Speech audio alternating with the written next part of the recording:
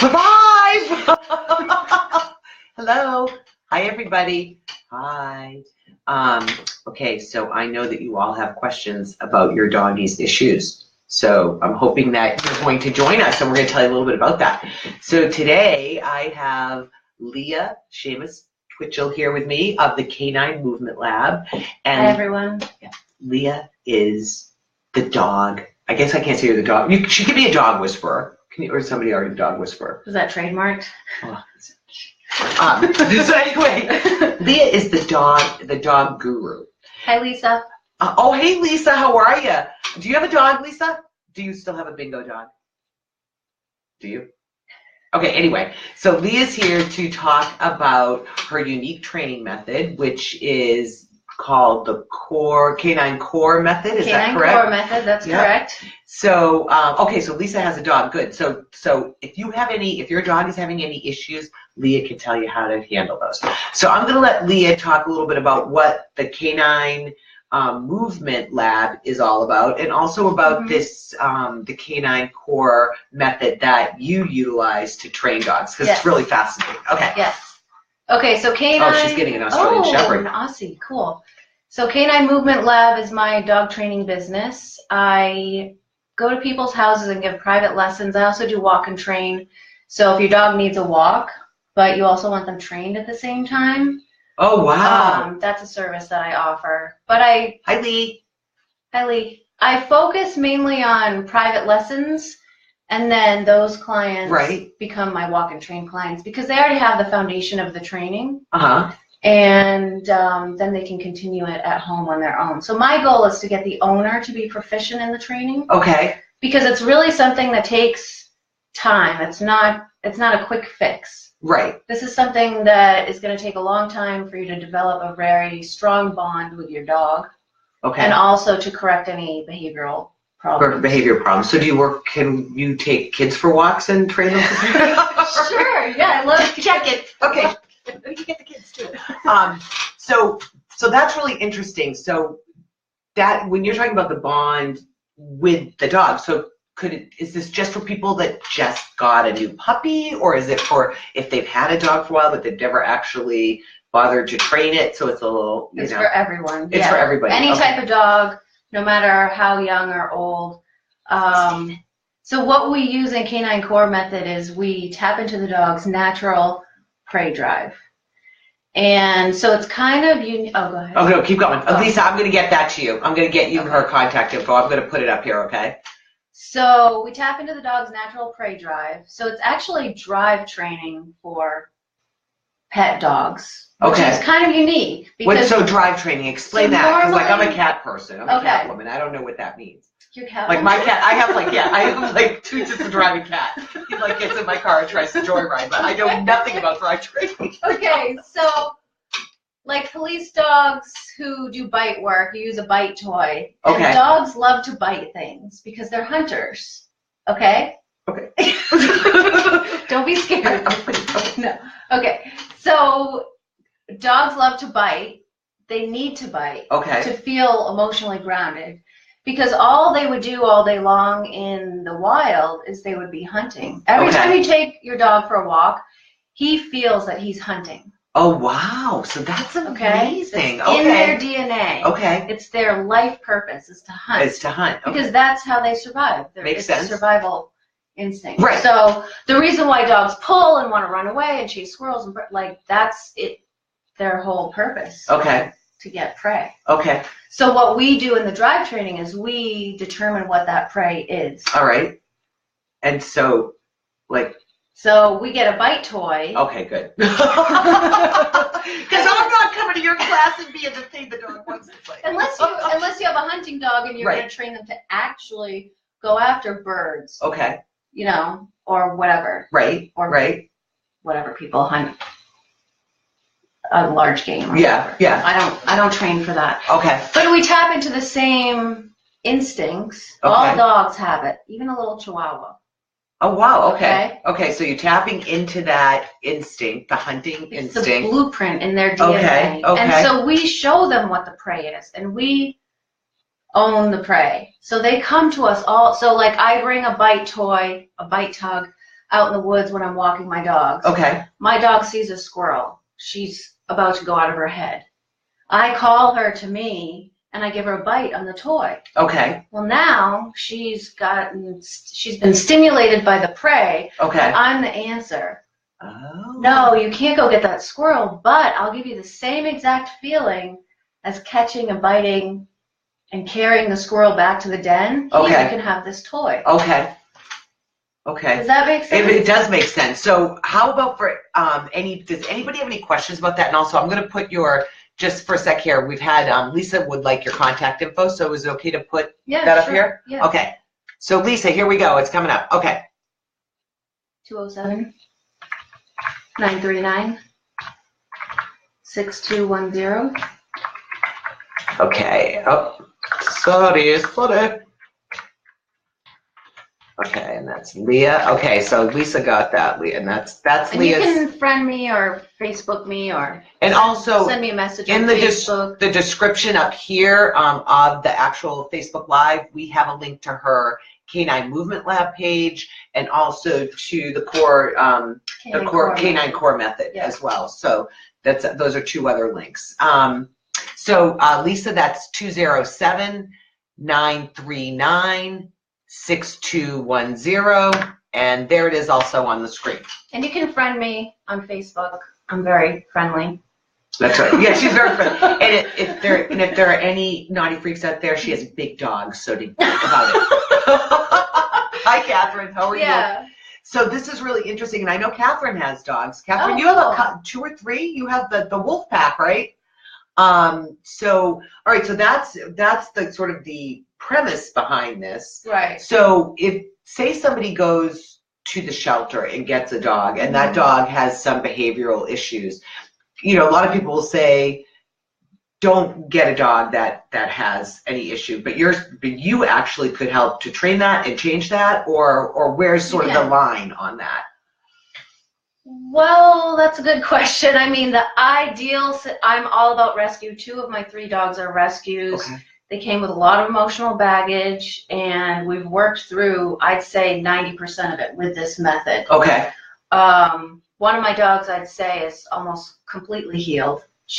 I can leave her home in the house. I go away for the weekend. I just have a dog sitter come in. She used to get into the trash. She used to eat the couch. Oh, wow. One day she ate a Tempur-Pedic pillow.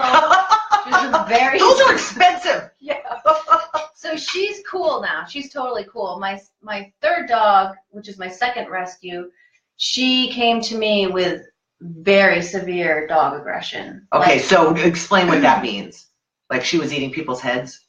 No, dog aggression. Dog aggression. Okay. She loves people. Okay, she didn't like other dogs. She loves, so, okay. Just really severe, like the worst I've seen. So she's not 100%. You have to understand that the ideal situation is for everybody to get a puppy, raise their puppy the natural way, which is to protect this natural instinct that they have. Okay. So a lot of times we get puppies, and in the housebreaking and house training, we traumatize them by saying, no, you can't bite this, no, or we grab things out of their mouths. Yeah. Or, we do that to kids too. We traumatize kids. Yeah. Seriously. It doesn't take much. If the dog starts to feel that they cannot express their natural drive around their human, then they start to shut down, and then they find an outlet somewhere else, which is where you get getting into the trash or fighting with dogs. So if you scold a dog inside the house when they're picking things up in their mouths, and you discipline them for that, or you discipline them for, going to the bathroom in the house, you can really scare a puppy. A puppy's like a baby. Yeah. So that can create bad behaviors moving forward. Right. So the ideal thing is to get a puppy, and like I said, I'm all about rescue. I'm not against rescue. I help rescue dogs. Right. That's what I do. Right. But to then preserve and protect the dog's natural drive. Okay. So growing up, use a crate with a puppy. So when they're not supervised in the house, they don't get that check crate. That way they don't get in trouble. That way they don't have to be disciplined. I mean, it's natural for us to say, no, don't do that, or like they're going to chew your something valuable, expensive shoes, and you're like, you freak out. So if you keep them in the crate, then you don't have that issue of traumatizing them by over disciplining or telling them all the time. Exactly. Okay. Exactly. And then if you spend most of their time with them as they're growing up outside, if they get excited or stimulated, they can pick up a stick. Right. Fine, that's great. Right. Or you start using the toy to develop their drive and their recall. You play hide and seek with them in the woods. Okay, so are you also training the people that own the dogs? Yes. As well. So when you do the training, you're not saying, drop off your dog and I'll train it, although you probably can do that, but you're wanting the humans involved too, right? I prefer that because they should also understand what the training entails. Okay. And they should work with their dog at home. Okay. I mean, I can do the walk and train and the dog will get the imprint with me, but if the owner is then doing kind of like all the opposite of what I'm doing, they have to know what to do. Right. And the thing is, the training is super fun. It's very physical. It's fun. So like people love to do it. Like they love playing hide and seek with their dog. It's a game, but it builds recall. A rapport, right? It builds a rapport, emotional rapport. So the first 10 minutes that you're walking your dog, if you are out in the woods and you can let them just be on a long line or something, it helps to have a handler. One person holds the dog, the other person runs away, hides behind a tree, and then calls the dog. Oh, that's so fun. This is a great thing to do with puppies. That's fun. You can do it with all dogs. Yeah. So then when they're first going outside and they have all this energy, and like I said, every time you take your dog for a walk, they're hunting. Yeah. So you want them to actually hunt for you. Yeah. That's me. So they're burning up that drive. Yeah. Finding you, which builds awesome recall. Oh, so this is a very hands-on method. Oh yeah. And it's not just like give the dog a treat and tell it to sit and then give it a treat, right? Right. We do use food and we do eventually teach obedience behaviors, but the number one thing is to just help the dog to feel good and feel confident. Okay. And we do that using their drive. Okay. And then we start shaping obedience behavior. From there. Okay, so that makes sense. So now you've got the one-on-one where you're working with individual clients, you're working with a dog, or you're doing the walk and train. But you also talk about your Facebook group that you've started. Okay. Because this is really cool, and you're going to be doing Facebook Live. So talk a little bit about that, because for people, hi Peter, for people that have, hi Adele, hey it's Adele, hey Adele. So for people that do have dogs, this is really fascinating what you're doing. So I'm going to have Leah tell you a little bit about her Facebook group.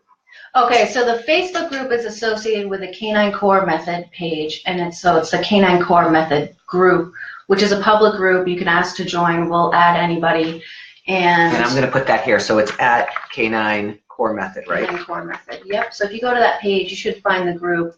Or like I said, you can friend me and talk to me on Facebook. So there's a link to it. I just put it up. So that's the method that we're using. And we created a public group because my friends Sam and Sammy are also practicing Canine Core Method. Okay. And we're doing once a month, we're having a Facebook Live, and we've also turned it into a book club. So the group is sort of meeting every first Saturday of the month. Okay. And in person or online? Online. Online, through the Facebook Live. Okay. And so what we're asking people to do, if they're interested, you don't have to read the books, but the book that we're reading this month is called Trauma and Memory. Okay. And it's by Peter Levine. Okay. And it is about... So trauma and memory.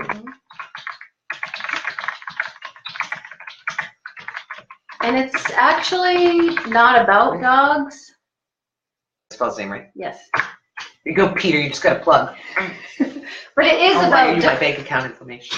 But it actually is about dogs because it's about the way that humans store trauma. Okay. In their bodies, how the body remembers. So even if you don't remember, oh, thanks Adele.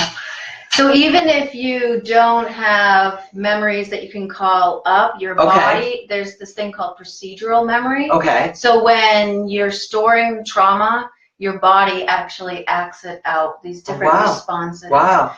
And the first book I read of his was called Waking the Tiger, and that explains fight or flight energy. That's interesting. And the reason we get PTSD or have symptoms of PTSD is basically that there's fight or flight energy that needs to be released. Okay. And if you weren't able to act out the fight or the flight, either one will release the energy. Okay. Then you relive the trauma. So the same thing happens to dogs, and basically any type of behavioral issues we see, especially aggression or quote-unquote reactive dog, they are actually reliving a traumatic experience. They're not in the present moment. So is it, when you do have a rescue dog or a dog that may have suffered from trauma, is it hard to get them back to a point where they can live in a household with humans, or? It takes a lot of work, but it depends on the level of distress that they're in, or what level. I mean, most dogs, you know, within a few months you would see a huge difference. Okay. And so what are there tips that you have for people that maybe are just getting a dog, or whether it's a new puppy or a new dog from the shelter? Are there certain things? I mean, you talked about crating them and about not always telling them no, but are there any just core things? Sure. Hi, Dennis. Are there any core things that you would like to let people know about, or any tips? Sure, I can explain. Yeah. Yeah, the very first thing that I always have people start with is you want to hand feed your dog. Oh, interesting. Okay. So what we do is for the first 2 or 3 weeks, don't feed them out of a bowl. All their meals, you hand feed them. So I suggest. So when it's a new dog to your household, whether it's a puppy or whether it's a little bit older, okay, cool. Yeah, so you would want to hand feed them outside until they feel comfortable actually jumping up, making contact. Okay. And then what they're going to do is they're going to actually push into you to get the food. So they're overcoming resistance and then ingesting the food. Okay. And this resolves a lot of bodily stress that they have. That's really interesting. That's really interesting. And you're saying feed them outside versus in the house? Outside. Okay, so why outside versus in the house? Well, the house should be like their den. And the den has to be like a monastery. So when we're inside, everything's stress-free. It's calm, it's quiet. You can give affection inside the house, but not, it's so good if you can not talk to your dog, but just massage them. Oh, wow. So a lot of people come home, the dog's excited, they're excited, they want that display of excitement for the dog. So it's like, oh, Fluffy! So they encourage it. They encourage the kind of. And the dog is going out of their head. So the first thing. I wish you had talked to me about this when my kids were little.